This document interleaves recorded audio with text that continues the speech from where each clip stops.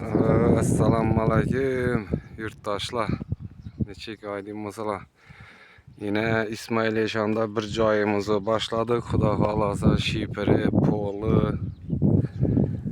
Yine materyallarını ekkeldik. Xudo xolasa girgizdik. Bismillah. Yine materyallarını bir yana girgizip koyduk yine. Xudo xolasa polluk materyali, şipirlik materyal.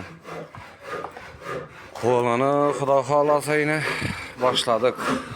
Yine polu neyse. Yine beyanı Xudo xolasa bitirdik yine bir. Bitti beyanı. Biri bitti bunu Xudo xolasa. Netip. Ve inşanlıkı delizle. Neydi?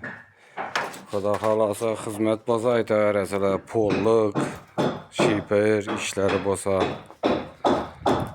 aytı yine.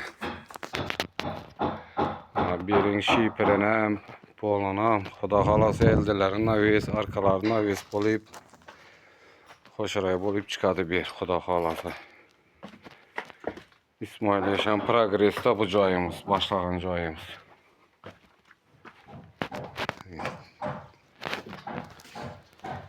İsmail Yaşan progres Xudo xolasa.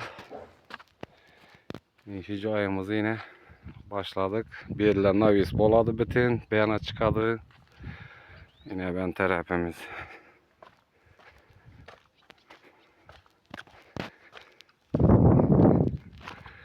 Yine Xudo xolasa acayip olup şiperine başlayımız bunu polonu bolup.